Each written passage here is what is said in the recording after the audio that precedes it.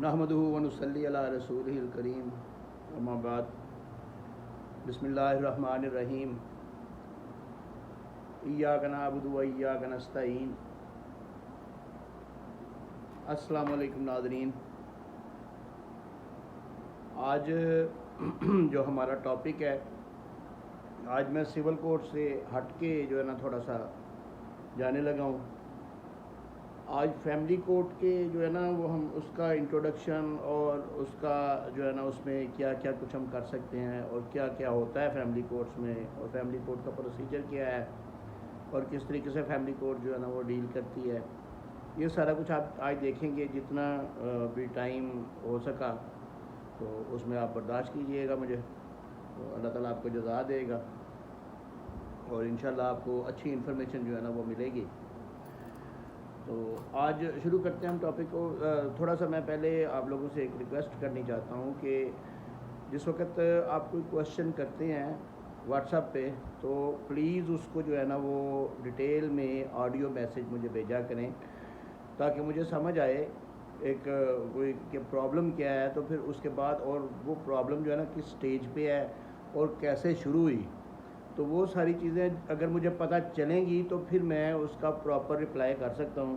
اور پراپر آپ کو اس کی، اگر اللہ تعالیٰ نے مجھے توفیق دی تو میں آپ کو پراپر گائیڈ کر سکوں گا۔ تو آپ یعنی کہ اس میں یہ آپ کبھی نہ سوچیے گا کہ میں آپ کی انفارمیشن کو ڈسکلوز کروں گا یا کسی دوسرے کو بتاؤں گا، نہیں ایسا نہیں ہے۔ آپ مجھے پتہ بھی نہیں ہوگا کہ آپ کا کس کے خلاف کیا کیا کیس چل رہے ہیں، کیا کیا ہو رہا ہے، لیکن آپ جو بھی انفارمیشن پوچھنی ہو ذرا اپنے کیس کی ڈیٹیل بتایا کیجئے، تاکہ مجھے علم ہو سکے کہ اس میں نے کیا آپ کو پراپر مشورہ دینا ہے۔ غلط مشورہ دینا بھی ایک تو گناہ کے زمرے میں آ جاتا ہے، اور دوسرا جو ہے نا انسان کا اپنا بھی ضمیر جو ہے نا وہ مطمئن نہیں ہوتا کہ میں کسی کو کس طریقے سے مشورہ دے رہا ہوں۔ تو اس لیے اچھا مشورہ جو ہے نا وہ امانت ہے میرے پاس، تو اگر میں دے سکا تو اچھا ہی دوں گا، لیکن مجھے کیس کی نوعیت، کیس کا یعنی کہ ساری سٹیج تقریباً شروع سے اینڈ تک، مسئلہ کیا ہے، کس کے ساتھ ہے، کیوں ہے، کیسے ہے، کہاں سے شروع ہوا، اب کس سٹیج پہ ہے، آپ کیا کرنا چاہتے ہیں، مشورہ کس چیز کا لینا چاہتے ہیں، یہ ساری ڈیٹیل جو ہے نا وہ آپ بیان کیا کیجئے، پھر انشاءاللہ جو ہے نا وہ آپ کو پراپر رپلائی ملے گا۔ بہت سے دوست ایسے ہیں جو پھر مجھے ان سے پوچھنا پڑتا ہے کہ آپ اس وقت کیا ہوا، پھر اس وقت کیا ہوا، پھر اس وقت، تو وہ ایک تو اتنا ٹائم نہیں ہوتا، تو دوسرا یہ ہے کہ وہ بار بار پوچھ کے بیچ میں اور دوستوں کے میسیج آ رہے ہوتے ہیں، تو وہ بیچ میں سے وہ پھر رہ جاتا ہے، یا تو پھر وہ نیکسٹ ڈے پتہ چلے گا مجھے، تو پھر وہ مجھے یاد نہیں ہوگا کہ وہ کیا ہوا ہے۔ تو اس لیے کوشش کیجئے کہ پراپر مسئلہ جو ہے نا وہ اپنا بیان کیجئے۔ جی، تو اللہ تعالیٰ آپ کو خوش رکھے۔ تو ہم بات کر رہے تھے فیملی کورٹس کی۔ فیملی کورٹس جو ہے نا وہ سیپریٹ عدالتیں ہوتی ہیں سول کورٹ سے۔ سول کورٹ میں سول پروسیجر کوڈ کے تحت جو ہے نا وہ سارے کام کیے جاتے ہیں، لیکن فیملی کورٹ جو ہے نا، فیملی کورٹ اس پہ کچھ حد تک سی پی سی اپلائی ہوتا ہے، باقی سی پی سی اس پہ اپلائی نہیں ہوتا۔ فیملی کورٹ کو آپ یہی تصور کر لیں کہ ایک وہ آپ اس کو کہہ لیں کہ وہ ایک پنچایت کا سسٹم ہے، یعنی کہ فیملی جج کو اتنے اختیارات ہیں کہ وہ موقع محل دیکھ کے اور اپنی مرضی سے ایویڈنس کلیکٹ کر کے مختلف محکمہ جات سے شہادتیں وغیرہ لے کے تو میٹر کا فیصلہ کر سکتا ہے۔ فیملی جج جو ہے نا وہ زیادہ اسٹرانگ ہے ایز بنسبت سول جج کے۔ سب سے پہلے ہم دیکھیں گے کہ فیملی کورٹ میں ہم کیا کیا چیزیں جو ہے نا وہ فائل کر سکتے ہیں۔ اس میں آپ کو بڑی چیزیں نظر آئیں گی۔ سب سے پہلے کہ فیملی کورٹ میں جو ہماری خواتین ہیں، ہماری بہنیں ہیں، تو وہ اپنے خامدوں کے خلاف خلا کا کیس جو ہے نا وہ فائل کر سکتی ہیں خلا حاصل کرنے کے لیے۔ اور خلا کے ڈیٹیل میں تو پھر ہر کیس کی نوعیت کو، اس کے طریقہ کار کو علیحدہ ڈسکس کریں گے، لیکن خلا کے لیے آپ کو ایک میں چھوٹی سی بات بتا دوں کہ خلا کے لیے آپ کو ایویڈنس کی ضرورت نہیں ہوگی، سمپل آپ نے جا کے بیان دینا ہے اور آپ کو خلا کی ڈگری حاصل ہو جانی ہے۔ اب تو بہت آسان ہو گیا، کیونکہ پہلے وقتوں میں یہ تھا کہ آپ کو وجوہات دینی پڑتی تھیں، آپ کو وجوہات بیان کرنا پڑتی تھیں کہ آپ کیوں خلا لے رہی ہیں، آپ کو اپنا تشدد اگر آپ کا خاوند آپ کے اوپر کر رہا ہے تو تشدد آپ کو ثابت کرنا پڑتا تھا، لیکن اب وہ چیزیں نہیں رہیں۔ اب آپ نے خلا کا کیس فائل کرنا ہے، اور جو ہے نا وہ آپ کسی وقت بھی ادھر جس وقت وہ ایکس پارٹی بھی ہو جاتا ہے آپ کا، یعنی کہ ڈیفینڈنٹ جو ہے آپ کا خامن جو ہے وہ ایکس پارٹی ہو جاتا ہے، تو آپ بیان دے کے خلا کی ڈگری حاصل کر سکتی ہیں۔ اور اگر وہ پیش بھی ہو جاتا ہے تو جو آپ دعویٰ بھی دے دیتا ہے تو پھر بھی اس کی کوئی نہیں سنی جائے گی۔ آپ نے ایک دفعہ کہہ دیا کہ میں نے اس کے ساتھ بات نہیں ہونا، میں خلا چاہتی ہوں، تو 1.5 سال، تو یہ اس صورت میں جو ہے نا کورٹ وہ آپ کو خلا کی ڈگری دے دے گی۔ دوسری چیز جو سب سے ضروری، جو آپ کو سمجھانے کے لیے ضروری ہے، کہ وہ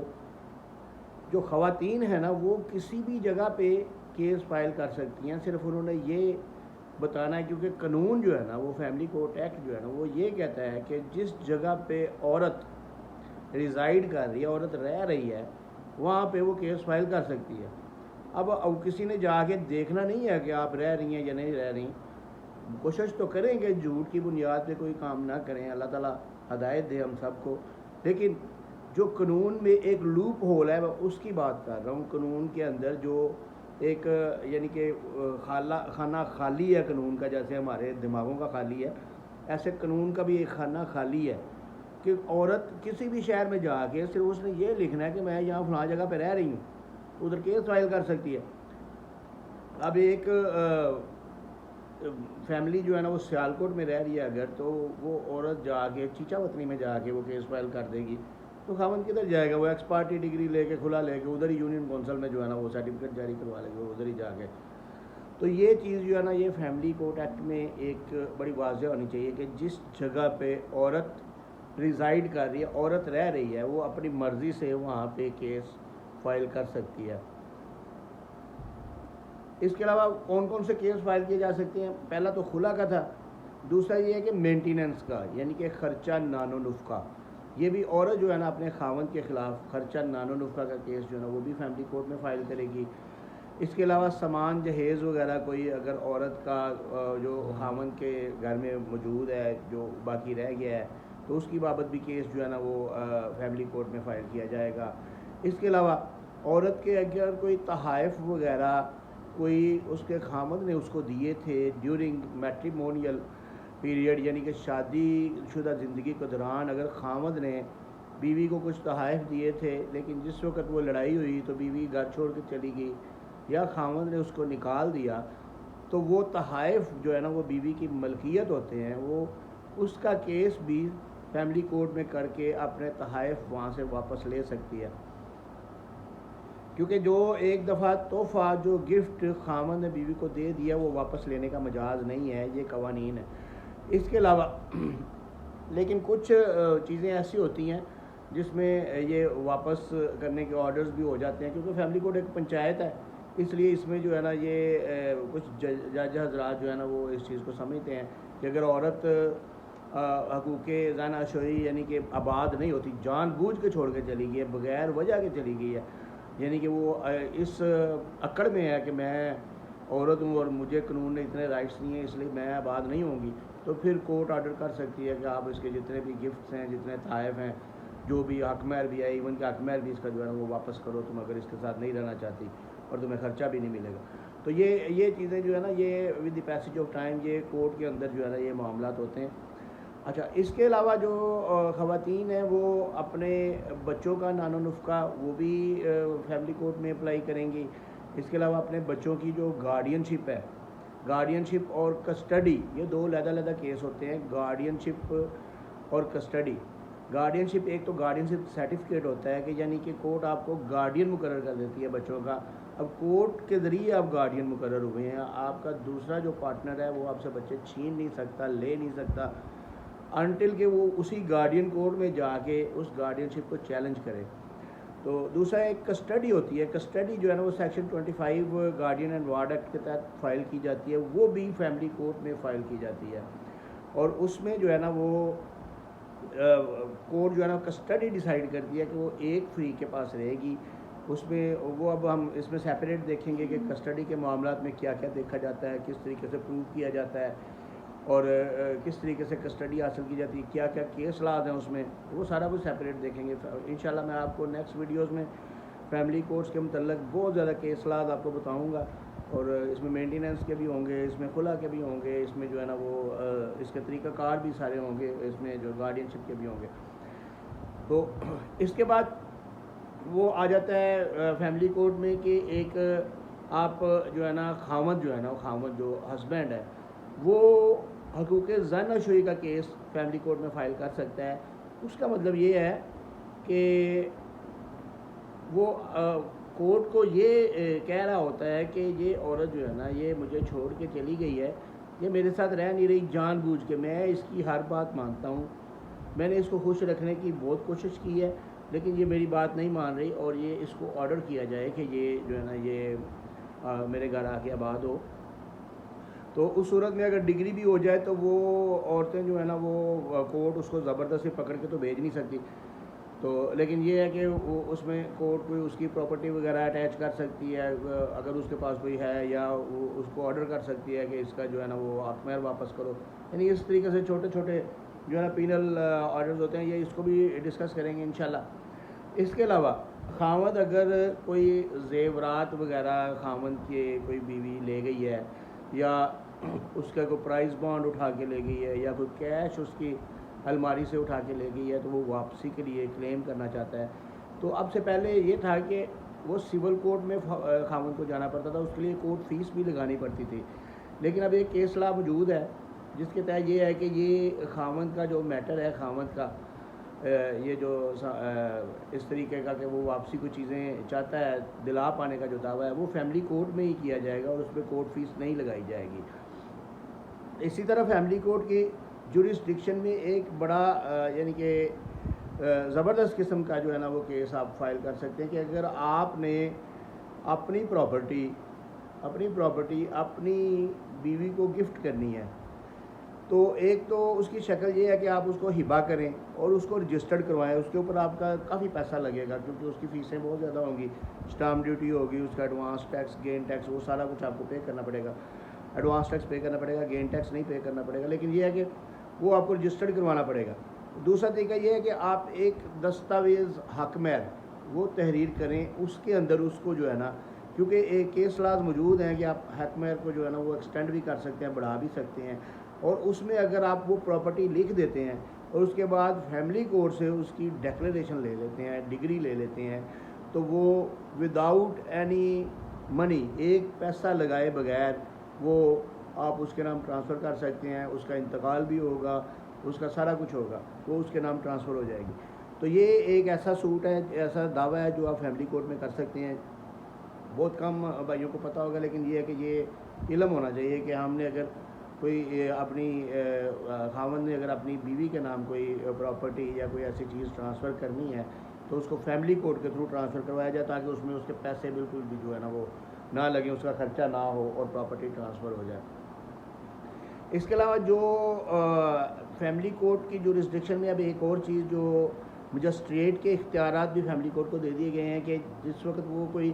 اگر خاوند دوسری شادی کرتا ہے تو اس کے خلاف جو ایف آئی آر وغیرہ ہوتی تھی وہ پہلے مجسٹریٹ کی کورٹ میں ٹرائل ہوتا تھا، لیکن اب وہ فیملی کورٹ کو اختیارات دے دیے گئے ہیں. اب وہ ٹرائل بھی سارا جو ہے نا جو دوسری شادی کا ٹرائل ہے، اس کی جزا، اس کی سزا،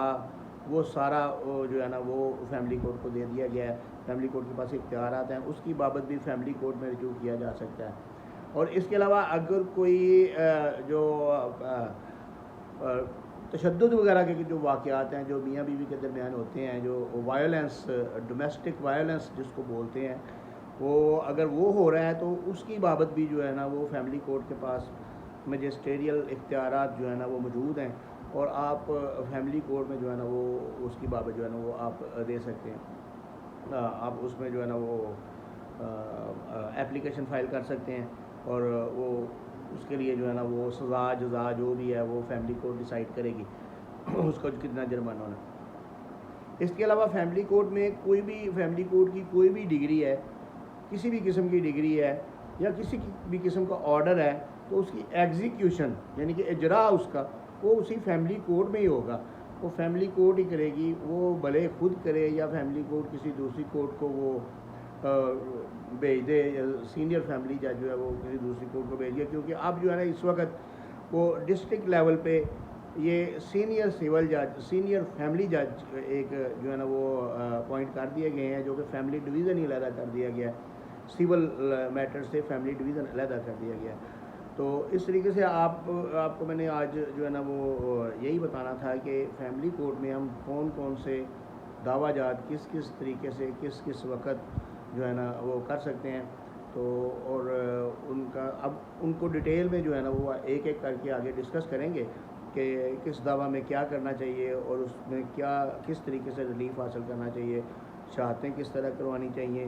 آگے اس میں آرگومنٹس کیا کرنے چاہیے، کیس لاز کون سے ہیں جو ہم ڈسکس کر سکتے ہیں اس میں اور جو کورٹ کو ہم بتا سکتے ہیں، کسٹڈی کیسے لی جا سکتی ہے، مینٹیننس کے جو انکریز ہے وہ اینول انکریز وہ کیسے ہوتی ہے، یہ ساری چیزیں انشاءاللہ ہم نیکسٹ ویڈیوز میں ڈسکس کریں گے۔ تو اس کے ساتھ کافی ٹائم ہو گیا، مجھے اجازت دیجیے۔ اللہ تعالیٰ آپ کا حامی و ناصر ہو، آپ خوش رہیں، اللہ تعالیٰ آپ کو خوش رکھے۔